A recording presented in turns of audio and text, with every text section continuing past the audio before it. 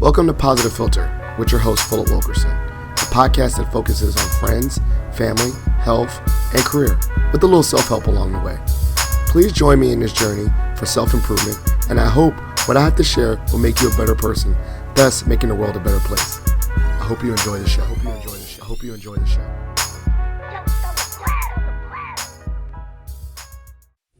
Hello, people. The world is Philip Wilkerson, back with another episode of Positive Philter. I'm actually joined by a special guest. I'm joined by two special guests. I like to call them my sons within Alpha.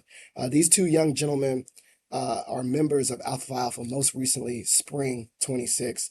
But I've had the great pleasure of getting to know them over the past couple of years and watching them grow and develop. And I said we had to get you on the podcast. And we call this podcast First Month Out, because I think it's close to a month since they've joined our fraternity, so we'll have some time to talk about it. But before we get started, I'd like them to introduce yourselves. Daryn, tell us the listeners a little bit about who you are. So my name is Daryn Boden. I am a recent grad from George Mason University. I am currently a fitness program manager at Aquila Fitness. Yeah. And for Bowie, Maryland, or Maryland, not Bowie. Greenbelt, somewhere in Maryland. All right. And Conrad, tell us a little about yourself. Yeah, we're not really from we're not really from loud. Well, so after some minor difficulties, Conrad is back on the line. It's a pleasure to meet all of y'all. My name is Conrad Sylvanus. I am from Chicago, Illinois. I'm also part of the Spring 26 line, number 4 to be exact. Currently a legislative advocate for Men's Health Network, as well as finishing up my master's at the amazing George Mason University. So woohoo Patriots. I love that. That's how we got connected. Woo. You know, I think we actually connected. I think our first instinct was through George Mason. I think I used to say things like, if you're, interested, you guys showed around, come join me for a walk. And we walked around campus. Yeah, I was so talk a little bit about your first experiences with the chapter and your growing interest with Alpha, both of y'all. Conrad, you go first. And Daryn, you share a little bit about your experience. So my first experience with the chapter was way back in 2022.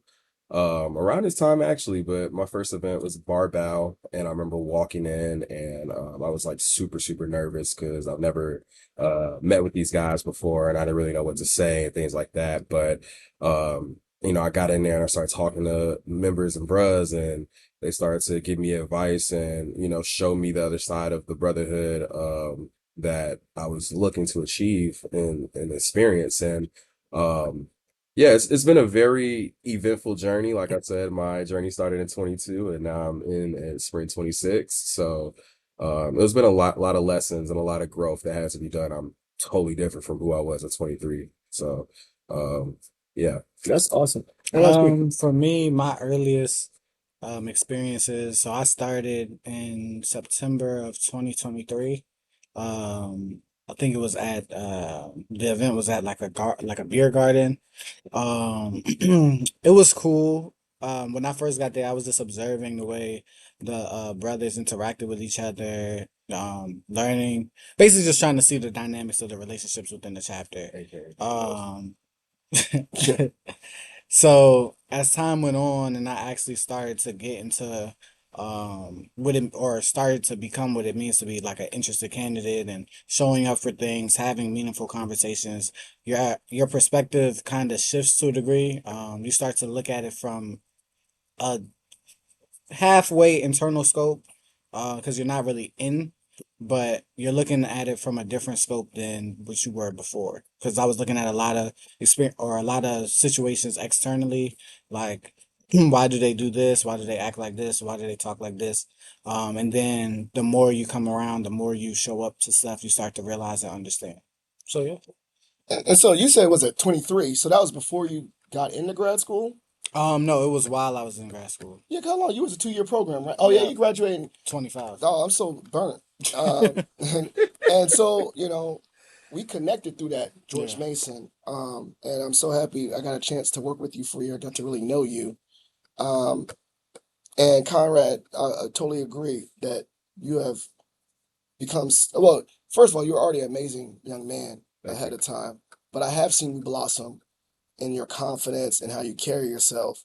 What was some things that that were growth areas for you that these couple years have taught you before becoming a member? And so you'll say like, working on my confidence or working on my what was some things that that, wow, this needs to be a growth area, and then you actually applied it during this time. Yeah. So for me, one thing I could definitely say was consistency. I think I've never had the opportunity to be challenged to improve my consistency. And I think coming around a chapter has forced me to make decisions in my life to make sure that I can be more consistent, which meant that through that consistency, I've learned how to be better at time managing, better at communicating because I'm talking to people more, I'm reaching out.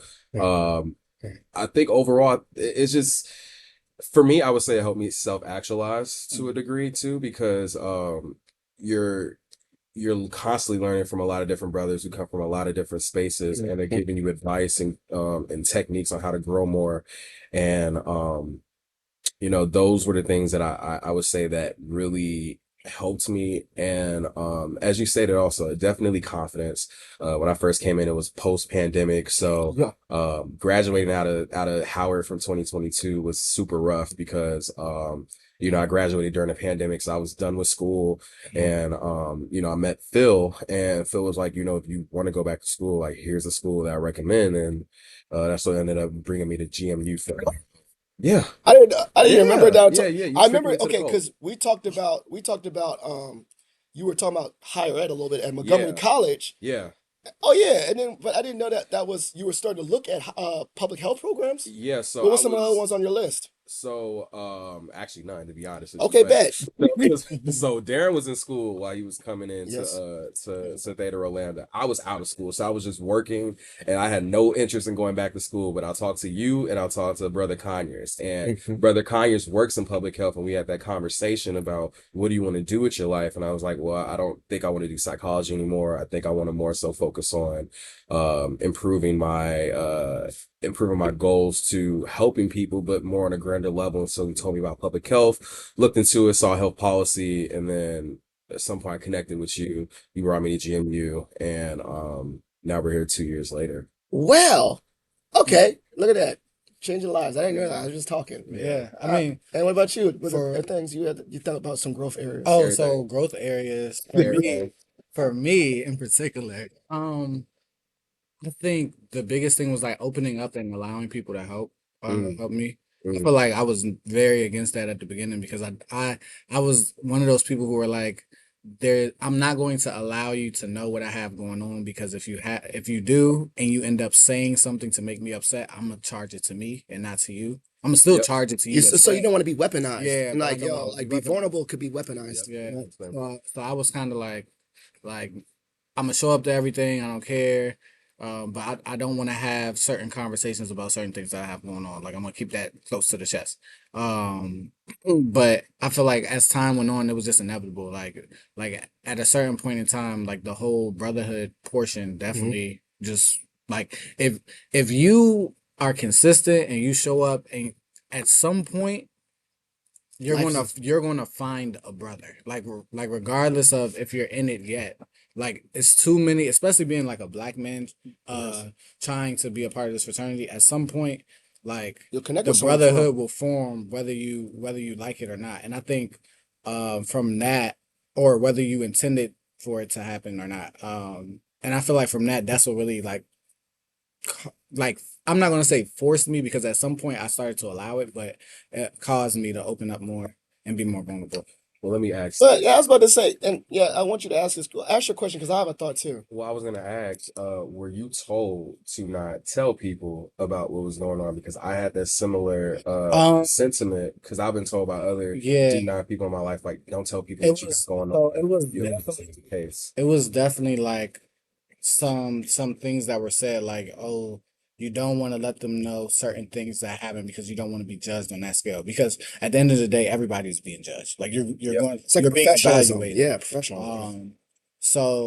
But I took that as if I got anything going on, Yeah. like if it's not surface level stuff, like oh I'm running late to this because da da da da, or oh I can't show up to this because da da da, then y'all don't need to know.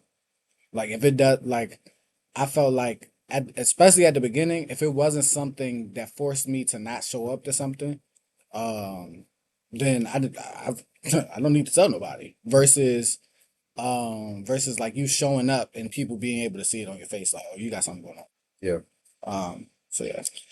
Well, I think one of the things I was thinking about was very interesting is like I didn't think that you never like withdrew information from me, but we also had a different relationship. Like Yeah. we worked together, and Yeah, so so like it's if you different. need help, you're like, hey, I can't come in today, or things like that, and we communicate. Like you were Yeah. really like honestly, I had no issues.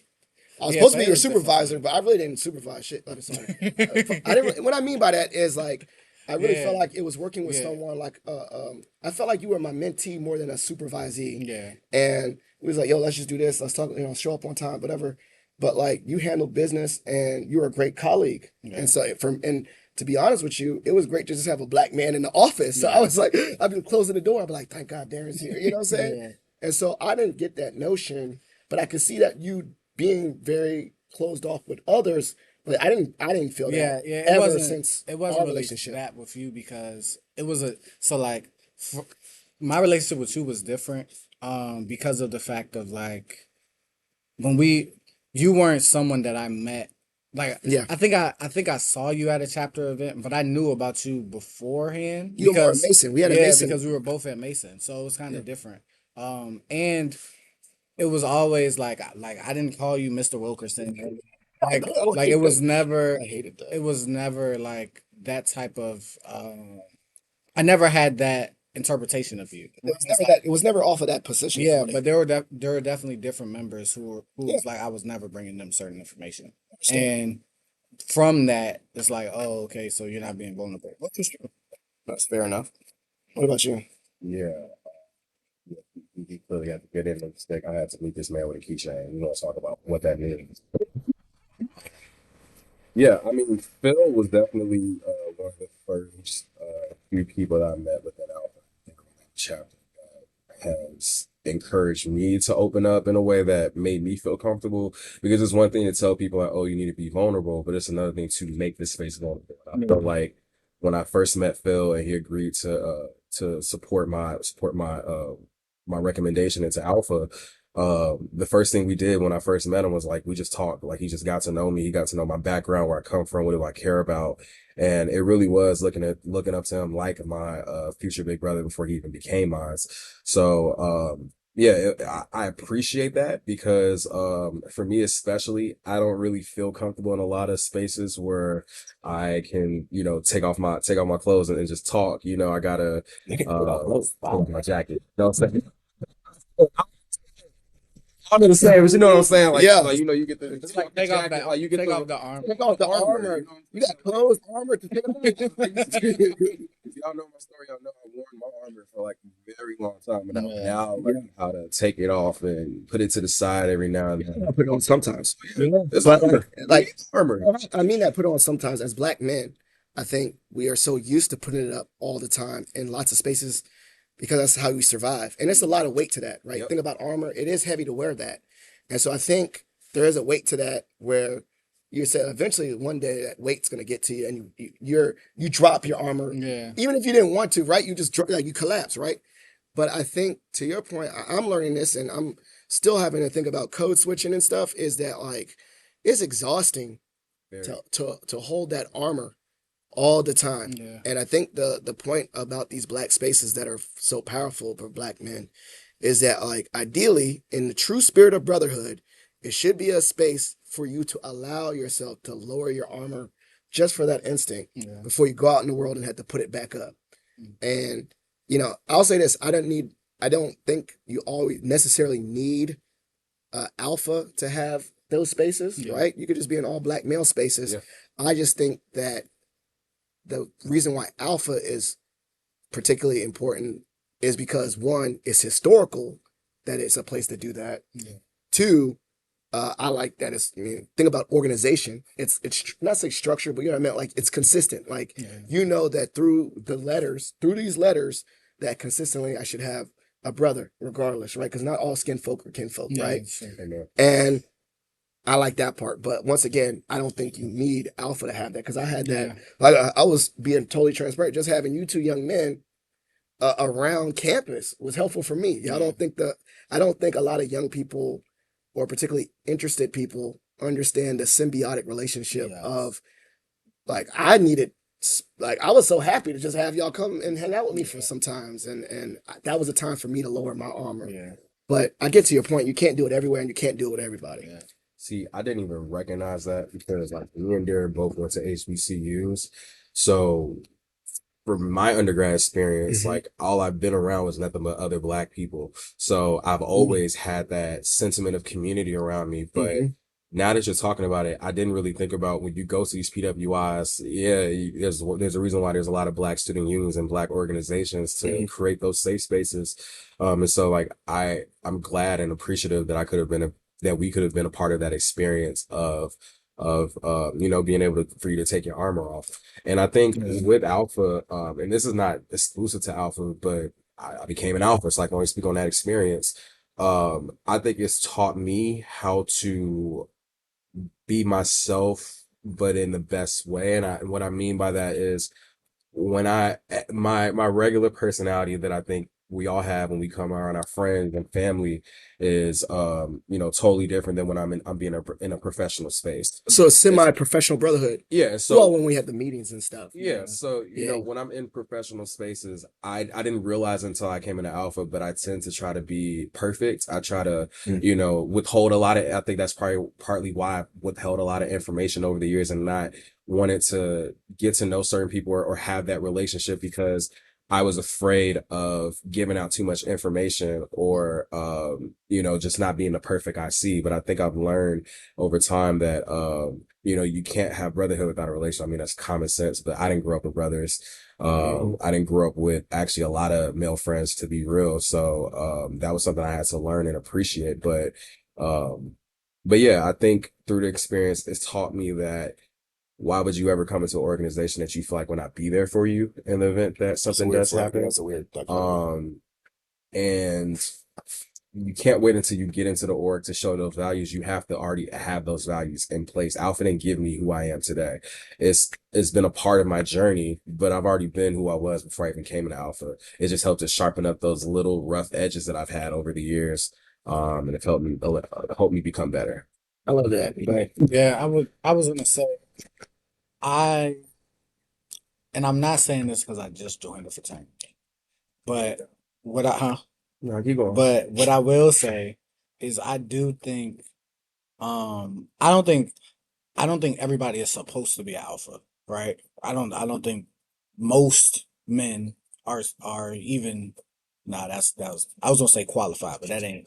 yeah, But because that kind of seems like a little elitist. But I get what yeah, you're saying. but Not everyone but I is do in feel like pursuit of bettering themselves. yeah, but I do feel like every black man should be looking to be in some type of organization that is brotherhood based Yes. that Yeah. that can also So, have a professional aspect to it yeah. because Yeah. I can be given an assignment at work to do by my supervisor and I can be given that same assignment at within the fraternity to do and it's going to be two very different outcomes and I can say that happens because when one of my brothers tells me you're not doing enough it's definitely Stings a little it bit more. no it's not even that it's things it's interpreted differently Oh, Yeah. got you. The like perspective. Yes. yeah Yeah. because of the fact of like perfect example like Phil if you were to tell me Daryn you're not doing enough I'm gonna look at it differently than when my supervisor who doesn't care if I'm doing well at home. She don't care what I got going on outside of it. Different experience. It's Yeah. like Different messenger. yeah, it's a different messenger. So and I feel like based on conversations and different relationships that I have with black men just in professional spaces, we usually end up having issues with our supervisors for the most part. It'll be different things, especially when they're of different race.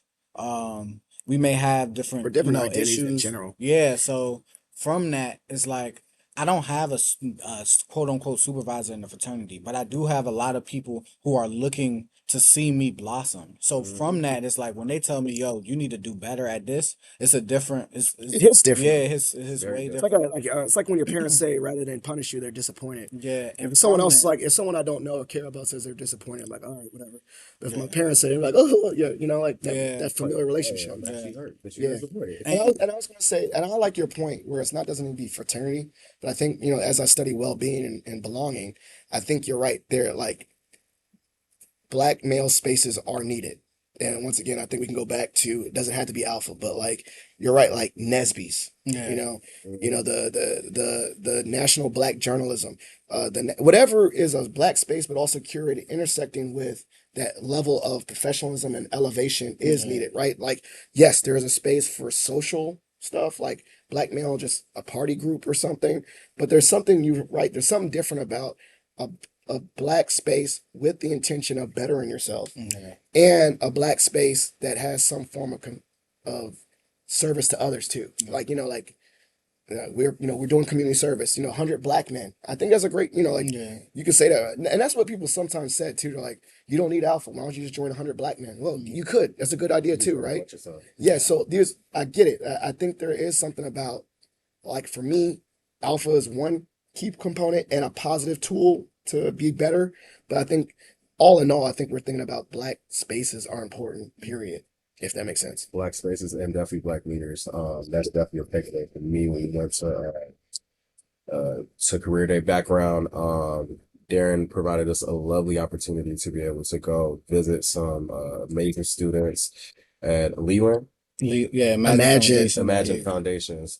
Ironically, is I don't know what you call it, like it's I didn't go to that school specifically, but I went to that type of charter school where I was from in Georgia. So it was interesting to see that. But when you're meeting these kids and you're just seeing like these little black boys' faces light up because they see like another black dude, of course, like laying around their age, but I'm still young enough where it's like I got big brother energy. I didn't think you was young. Okay, well, some of them may think I was young, but some of them thought I was 28. So They stop said hating. they But said 40. yeah, well, at least children tell the truth. But one thing I did take away though is like when we were talking to the kids, and I'm like, y'all know who Kamal is, y'all know who Obama is, and I realized, wow, well, I'm talking to these kids that are in third grade, and when I was in third grade, that's when Obama got put in office, and it was just like a full circle moment for me. And Did you say yes or no? hmm? Did they say they knew who it they was? they did. Thank Please, thank God. you. A couple, I'll be honest, a couple of them did. I don't know. That's what you're gonna find out. 'Cause we're gonna each one teach one. Yes, yeah. But yeah, you have to have black leaders and definitely black male spaces for sure. There needs to be more.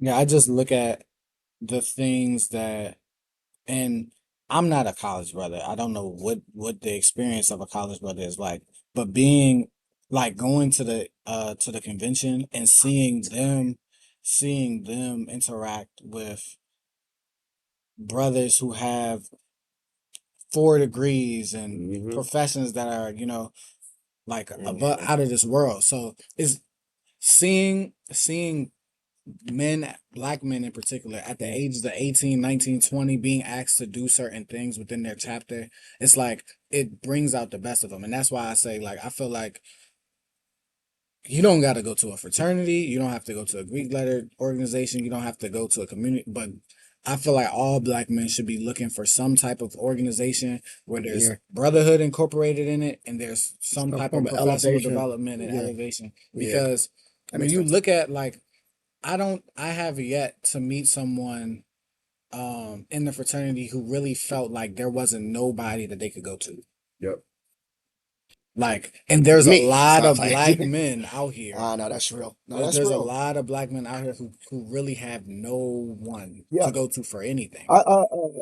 It's actually really true. I was thinking about this. There's a study, right, and it's Gallup, and Gallup put it out, right, and they said like, do you have a best friend at work? Now, mind you, we think of best friend as friendship, but we were talking about just someone you trust.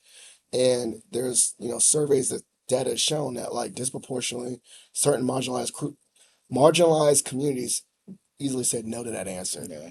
And it's not a surprise. I said yes for Mason, but that's because I created my spaces and Yeah. I made it. But like to your point, I think there are a lot of people that could say like, Yeah, I ain't got no friends at job at work. I go to work, I clock in, clock out, and that's not where I go. And so think about the heaviness of carrying that every day. That's where they need, as you said, if they're not going to get it at work, where are they going to get it? Yeah. And that's why you join associations and stuff. So that's a very powerful statement. So we're going to just fast forward. Y'all in? What has been your first month like? Like, has it been everything you dreamed of and more? Has the veil been lifted? Have you seen me The as veil has have definitely you been Veil has been lifted. lifted. without have you seen me as someone? I don't know. I was playing. Oh, You did you, called me Phil all the way anyway, but like yeah, just tell me about that. did you turn into the Ooga Ooga Booga man? No. Yeah, So Phil's one of the few that 100%. he didn't transform when we ended up coming in. Definitely didn't say But so. it is interesting because you do get to have these newfound relationships with bros that you didn't get to have prior to. So that's really cool. We had a lot of bros come out and support us, tell us congratulations, give us some lovely gifts. Because I got some lovely paraphernalia. I I know. got plans on wearing. Where's mine at? Y'all supposed to give me one. We got We some. got you. We got you. We just Never mind. we gonna give you some I'm just good. messing with you. You can just do some work around my house. I need help. But man, first, so for me, it was very, very telling because I crossed on my birthday with my bros. So that alone was just already Very special. an out of body experience. I'm still processing like, wow, so I get to celebrate my birthday for the rest of my life with these Anniversary. Yeah, you that's know. pretty crazy. Um, That's crazy. but the first I month, wasn't playing. I thought it was really cool because we started going to the chapter meetings and we Yeah. started going to like the various other committee meetings, and we're now starting to see how is the work getting done, how are the Yeah. brothers putting these initiatives together to do what they do. Right. And it's just very insightful for me because when I get to understand where I want to go into the fraternity as far as like the committees and where I think my skill to it, but also I can contribute to and add to the chapter. So on that side, it's really nice. On the brother side, it's even more amazing. So many brothers invited me out to various places in the first month alone. Too many places. I got in trouble for being outside too many times. So About your I'm super Neo. try not to be super Super neo, Neo. super alpha. So I definitely had to calm it down a little bit and find a little balance between, all right, I'm going to work, I'm going to school, I got to still spend time with my boo, and I got to make sure I still got time for alpha. So I think the first month for me was like It's a lot. It's going to be a first year. lot. The first year is going to be a lot, but the first and you said it. I mean, the committees and stuff. I mean, I think you were in local government anyway, but like, is it very similar, all this work, or very different? What? So Committee structure and all that? yeah, so actually, yeah, you have a point because I serve at City Hall. So it is similar because there is a whole agenda. There's Mhm. topics to discuss. There's what's the word? Opening for discussion on topics. So yeah, it's actually very similar. Honestly, a little bit more structured. Yeah. In terms of like Yeah. we fully use the Robert's Rule of Order Yep. in those meetings, and I've been in some instances where like Yeah. don't use that. So it's cool with that too because I get to also sharpen up my skills. So I can, when I do go back to City Hall in my meetings, I come in a little bit more polished. So that's really really nice. And I was just going to jump in because of that part. Like, I never, so you already had that. When I joined in 17, that was my first time using Robert's Rules of Order. And I'll tell you right now, like, I don't think I've ever told you a story, but I used to be so nervous about making motions and stuff because I get lit up. So I shout out to Brandon Green. Uh, I'd be like, yo, I'm about to make a motion. I need you to whisper what I need to say, and I would stand up, and I'd be like, and he'd be like, I knew, and he would have to say it like a puppet. And I was like, yo, that's wild. Like, I was so nervous. Like, wow, I'm a grown ass man. But now I realize I am in boards and nonprofit boards and stuff, and I realize like they're very lax, and they don't do the I move, and they don't do the second or count the votes like that. They just say I, and you're like, I guess it's unanimous. And so I think it's great preparation about all this committee work and being overtly serious. Because now I go to these jobs, I'm like, this joint easy, like nonprofit stuff. yeah, like it's a certain way you're supposed to put your hand in the air when you say yes or no. And I've never done those things at City Hall. All we do is put our hands in the air and count. There was another thing I was gonna say, but go ahead. Oh, I mean, for me, it's a little different because I didn't have any Mhm. understanding of Robert Woods Order before I crossed at all, other than like the stuff that I learned.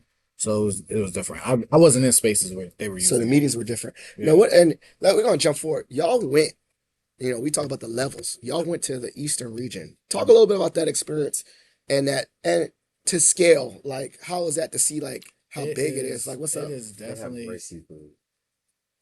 It is definitely.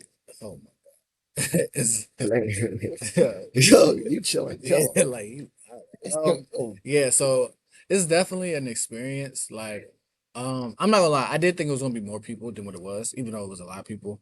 Oh, you thought it was more in Yeah, I thought Atlantic? it was gonna be. I thought it was Well, too many. I was thinking that, like, I had the interpretation that it was gonna be like 20,000 because there's 100,000 people to ever cross That's true. Yeah, through but Alpha. well, think about like quick math: 100,000. Or it's Some people are 300 plus dead, or something and like then that. also some people are not active. Yeah, some people. The number not And we're that, just in one region yeah, too. yo. So So you'll I think already thought it. no, you think the numbers, and then if you really tail it down to who actually registers and goes. So most conferences, I'd say at a regional level, maybe 3,000 tops, maybe. It was still a lot of You'll people get that 20 though if you ever at nationals. if you go to general convention. What you what we I, got? I saw. Now here's the other part though: is 20 actually going to the conference or 20 just around? 20 or I thought it was around. gonna be at least 20 No, but people around. will just be outside. They're not even going to I nothing. was They about didn't to even say register it's because I was definitely in brothers. Vegas. There's people just chilling. You're like, Yep. are y'all going to anything? No, they were just. We Be just here in outside Atlantic City. With the bro. like Yeah, hang out with the bruh. yeah. So, but yeah, to your point, the scale was not. What's up? What you think?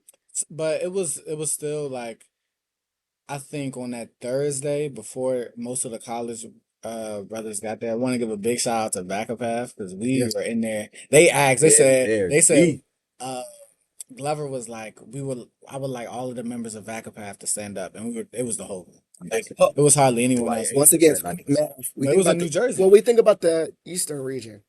Um, you know, you'll see this too. I love this. The largest regions, you already know the biggest one is the South, Yeah. Alpha South, right? All the historically black colleges.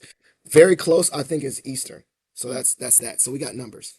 And I think per volume, I think in regards to individual states, Virginia is heavy. Yeah, because it's so Because many. we got the so Northern much- Virginia bros, we got this, we got the 757, Mhm. we got Richmond area. And so by numbers alone in black populations, we carry a lot of weight Yeah. in the Eastern region. And then if you go down south, it's just like Texas and Alabama, Georgia. Georgia's got like Yeah, everybody. Georgia. Georgia got everybody. Florida got everybody. Everybody. Texas, I think started Texas, right? Texas is huge. Mhm. But like, yeah, so you But I see think Virginia Texas, has I a thought lot of Texas people. was Southwestern. Yeah, it It is. You're is. right. But you just talking about like size. Like, Yeah. Size, like size of ain't like nothing- delegations. Ain't nothing but bruh. Like in okay. Texas. So like I think in size of delegation, I think really Georgia's huge. I think the biggest probably is Georgia. Historically black colleges and black communities in Georgia. And Atlanta, Yeah, I guess and Italy. Carolinas is. But then Virginia, I will go with out of all the states, we definitely probably have top 5 most populated alphas is Virginia. And so you saw that. Yeah.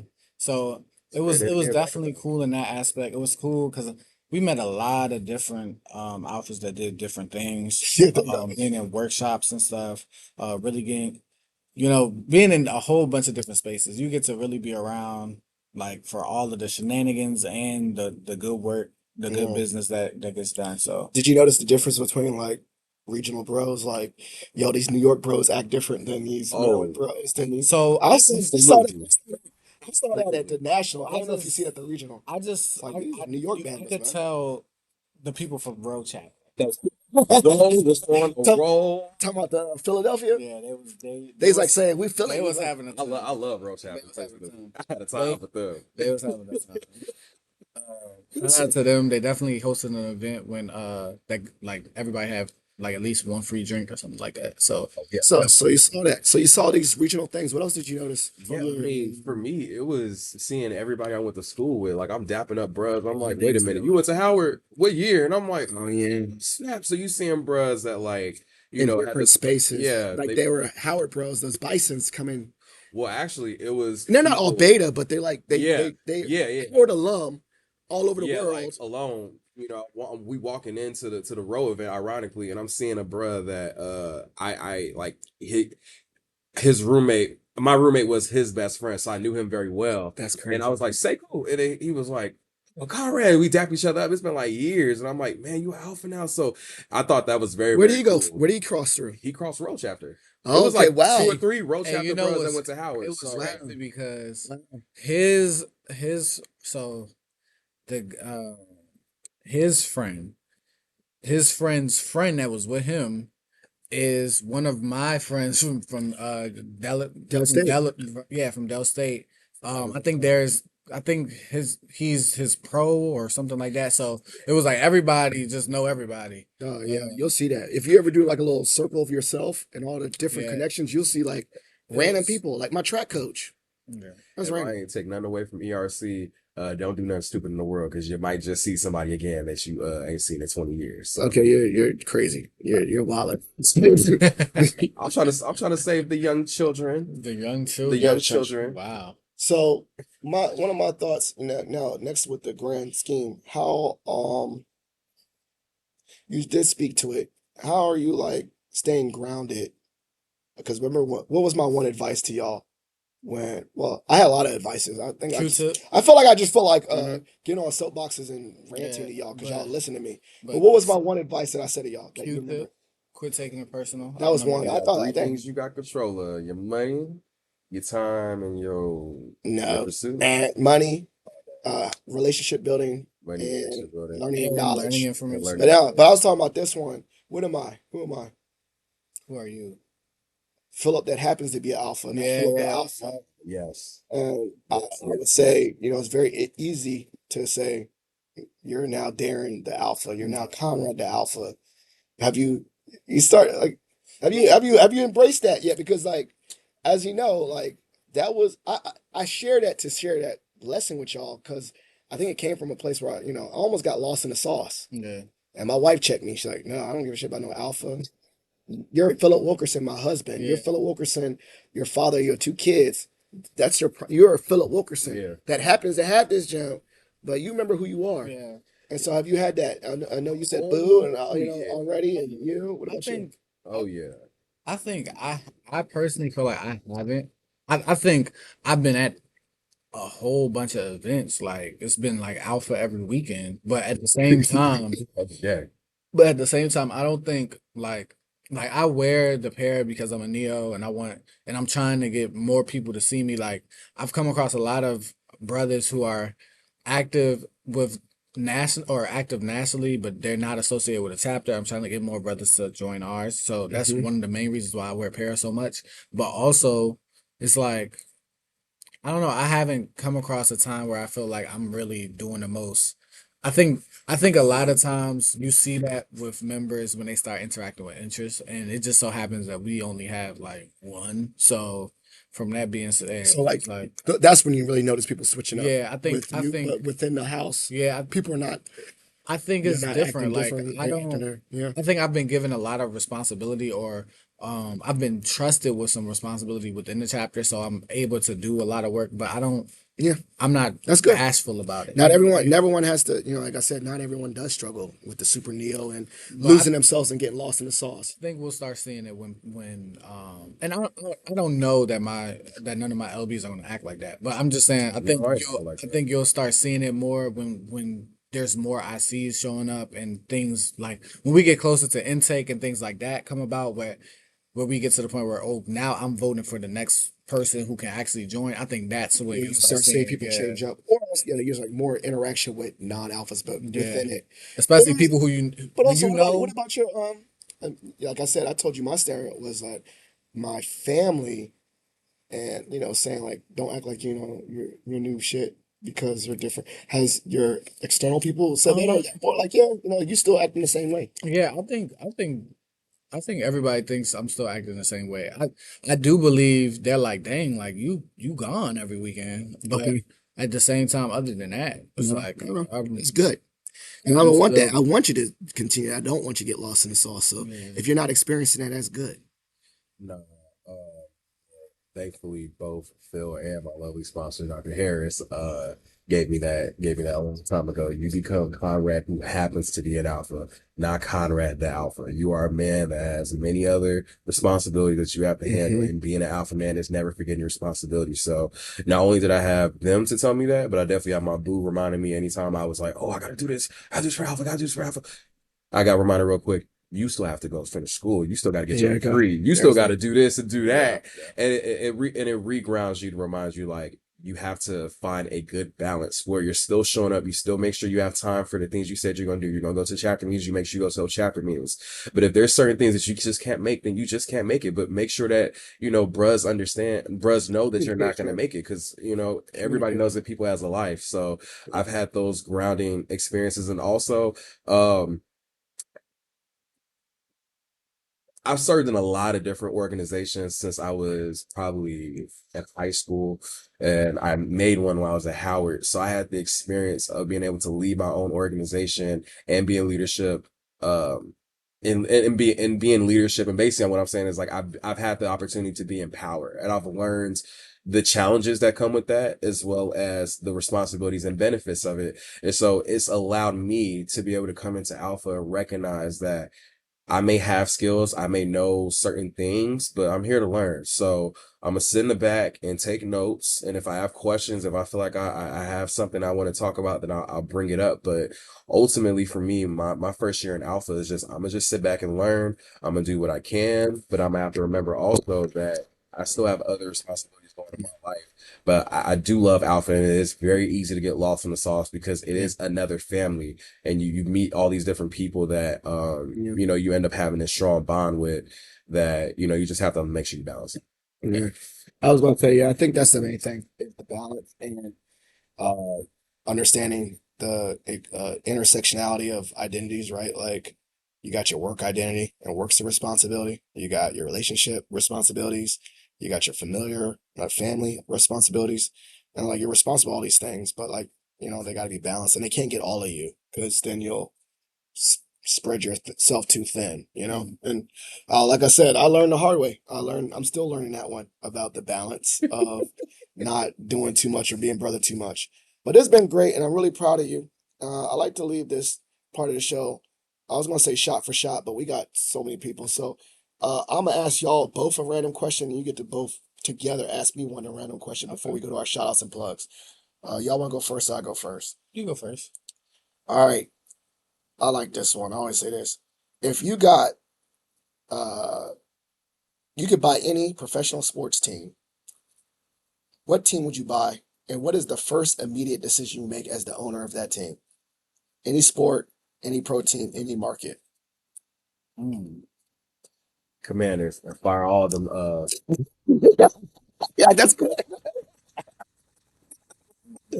All right, good. Easy. You said fire everybody. Low ethics. I'm trying to think. I think I would probably go with one of probably like the Texans, or Okay. maybe no, not Texans, because I would want that to stay in Houston. I would take the Cowboys though. I would move them, and people will be mad, but I would move them to South America. And the reason Don't let Dr. why, Harris hear that. and the reason why is if you put a football team in South America and they're doing all of, and you start to because they're starting to promote football down there, and they're trying to Yeah, they're build trying an to be global audience. NFL. You Yeah. want to kind of be the first ones to really get out there consistently, because then whatever rewards or What country in South America do resources. you think like Brazil? Brazil. Okay, I can see. Cause I mean, this is the thing.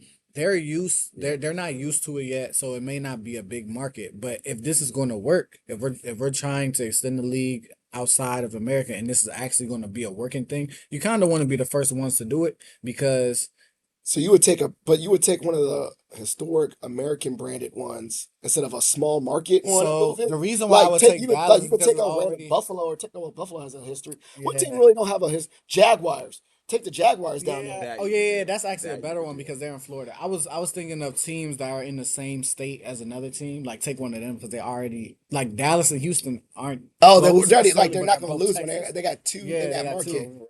No, So, I was thinking like a team where the ain't but nobody really Jacksonville is care. better. Ain't Jacksonville is nobody better care. because Like they already got Florida. They already got Miami. They got And no, it's a franchise that if they they've move never somewhere else, no one ain't gives, nobody. no one cares.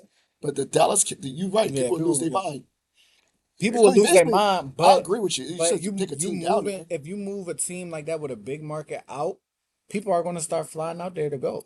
Like Dallas can afford to go out there, I Joe. was about Oh, to say, They got a bunch of rednecks. to South Africa, they South move. America. You know, it's not expensive to go to Brazil. It's not that expensive. Okay, I Mm, do I like agree. basketball. That's why I say respectfully, I do agree that you should take a team and expand the market. I just think it has to be a low market, small market team that Yeah, no one's gonna maybe even miss. Cleveland. Yeah, like a small market team where people are like, oh, okay, they go Like down there. Cleveland, Cincinnati, one of them. Because They, there's But actually you more talks of fans. Jaguars moving to Europe too. oh, really? Well, Jaguars always had, when you think about that contract with NFL, with the London game, Mhm. Jacksonville had a contract to always have at least one game in Europe because their market is, And that's why they've had that See, makes they have one every year. So yeah. Jacksonville is ready to that move. makes sense. Yeah, just move them to London. Yeah, moving to London or South America. I like Lil that idea. Duval not gonna like that. Lil Duval. That's it. That's one person. Yeah, that's one person. It'd be all right. What's your question for me? Okay. So, in all of your time at Alpha, right? So you've been a member for going on 9 years. I had to do quick math too because Yeah, I forgot it was almost 9. yeah, going on 9. So with everything that you've been through on the chapter level, the district level, and the regional level, And national level. and the national level, I ain't gonna lie. I gotta tell a story about the national level, but go ahead. what are some things what are some things that you feel like you've gotten along the way that helped shape your journey? Oh, bet. Okay.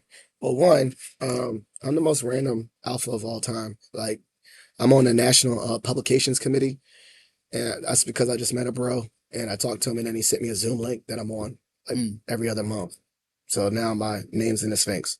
Like, just that's the part randomly, like relationship building, where like I was just talking to people and then you get thrown on stuff. And Mm. so I think that's one thing I've learned is that like it wasn't like as hard to like like I say starstruck, like they're just brothers. Like I got a few general presidents numbers in my phone and I text them and they text me back and say, how you doing? I'm like, oh God, like but now it's like, oh, that's right, he's just a bro like me. Is Mm. he busier? Is he busier than me? Yes. Do I respect his boundaries? And I'm not texting him. Like no, like like I'm not. I know that he's all over the world and stuff like that. But what I've learned mainly about Alpha that's carried over is this. I got a lot of confidence here at Mason. You know that, right? Like Yeah. the unofficial mayor, and I still get nervous in rooms with alphas, which is the weirdest thing. Mm. And it's because like I connect that history that like ideally these are the best of the best and like people you read about in history were part of it like Martin Luther King. So I still stutter a little bit in meetings and I still say I got to be sharp and be whatever in alpha, but then like because of that like that hyper vigilance of trying to be excellent amongst brothers, when I come to normal life I feel like sometimes it's easy mode. Mm. Like what I mean by that is like uh I've talked in rooms where people, like they look at you and they challenge you and they say your questions are stupid. And I'm like, when I go to work now, like I'm used to like just talking with confidence. Yeah. It's like, oh, this show easy. Like this is not as hard as that meeting I had the other day. Yeah. I say like, yeah, I was way more nervous than that. And so I like how it shaped my confidence. It shaped my public speaking. Uh, I was always comfortable to talk in front of people, but if I had to talk in front of a room of alphas and talk in front of a room of strangers, I'm way more comfortable talking to a room of strangers. Not to say like, I'm putting down my brothers, but that expectation Mm. that like, oh, I got to come with it. I got to be sharp. And so, what I've learned along the way is that life is pretty much like most professionalism is on easy mode when you are in harder situations. So what I mean by that, like being in rooms when I'm challenged or having to, by process by osmosis, be, high achieving and high, like everyone got degrees in our chapter. Everyone is Yeah. leaders in their spheres. Everyone is a CEO and all that stuff. So by being in that space and trying to carry myself like that, when I go into the world, uh, not everyone's trying to be like that. So it's kind of like, this is easy. Yeah. And I found myself really like, a lot of people, like, I remember one time, and it's like a really stark like about confidence and like walking with confidence, is my father-in-law passed away, and I gave his eulogy without like no script, just I rehearsed it and practiced, and I practiced and I shared in front. I think I did it in Alpha Toastmasters. I practiced it. We had the Alpha Toastmasters group, and I did it flawed, like, really, really heartfelt. And my dad came up to me and said, "I didn't know you could talk like that." Mm. And that's because I've been in rooms to practice and rooms with people that lifted me up or made me polished and work hard to like get better. And so I think that's what I've learned. Mm. And once again, I think flip side is when you're in rooms with these guys and they're just like dapping you up and they're just your brother. I'm like, wow, who do you just dap up? Oh, nothing. That was just Westmore. Yeah. Oh, who'd you dap up? Oh, that's nothing. That's just Roland Martin. Like, like you're just, oh, okay. Like, oh, who's that? Oh, that's just Lucian Metellus. That's just brother. Like, I met him. He just daps you up, right? Like, what's up? Like, we're all like, because of this brotherhood, I'm just as important. My letters are the same. What's it? They always say my A is the same as their A, Yeah. right? My same size. And so that confidence is really carried over into my professional life. And then I think about that too. I'm like, I can't be, I'm an alpha man. I'm not nervous. So I get on there. I was like, they don't know who they are. I'm an alpha man. I kind of like get Yeah. that. I get that like swagger, that little bit of swagger in my normal life. So I feel like that carried. And so I like to say that too. I think at all levels, this has directly translated to my professional life. Mm. Public speaking skills, time management skills, work ethic, knowing information and learning and studying. Like now I'm studying again. I'm like, all right, I can learn anything fast. Like I had to Yeah. learn a lot of information fast then. I could do it now. Yeah. Um, so stand up and speak in front of the class. Okay. I had to be called, I had to speak in front of a room full of strangers. Yeah. This is easy. Like I talk in class all the time now. This is cake. So that confidence carried over. Me doing my policy term project in a few days, and I was Easy. and Okay. literally I was like, well, I got through Alpha. I think I can get through this. Exactly. I've said that to myself. I was like, this ain't that bad. Like Yeah. I've been doing this for years, but for some reason, ever since I've been out of Alpha, it was just like, oh, I mean, we can handle this. There's anything is possible. Nervous in front of job interviews no more, or any kind of interview. Yeah. Like, at least they smile at me. Like, like, Yeah. like they give me like the nonverbals. Like, oh, this is, they're smiling. This is a nice interview. Oh, this is a pleasant experience. So, with that being said, this is a part of the show called Shout Outs and Plugs. Get to show love to anybody and plugs things where the listeners can follow you or connect with you, whatever you're comfortable with. Shout outs and plugs. Y'all make sure y'all support the Filter podcast, man. Like Positive Philter. Positive Filter. Positive. We need more positive podcasts that filter out the. You know what I'm saying? Like y'all gotta support the podcast. But no, on a real note, you can find me anywhere, Conrad Sylvanus on social media. Any plugs? I mean, follow my chapter. They don't want TRL out. Definitely big We're shout gonna out do to some big the shout out Very big team. shout out to my recommender for bringing us on here. Shout out to my students, Savannah Rogers, my dean, my ADP. Shout out to my whole chapter. I want to shout out also myself, Yeah. and you can find me Daryn Be Fit on Instagram. And Doing fitness. yeah, Right. Well, thank you so much. It's been a great episode. As you know, every episode is dedicated to the memory of my late father-in-law, Jeff Kirst. So please consider donating to the Jeff Kirst Anti-Hunger Fund. Additionally, if you're a member of the Mason Nation, please consider submitting a Patch for Patriots to show kindness. As my brother shared, please, we got Theta Rho Lambda. You can follow them on all the channels to see the great work we're doing in the community. Thank you so much for listening, and we're out. Thank you for listening to Positive Philter, a podcast that focuses on family, friends, career, with a little self-help along the way. If you enjoyed this podcast, please share it with your family and friends, and like the Facebook page, Spreading Positivity of Movement. Thanks for listening.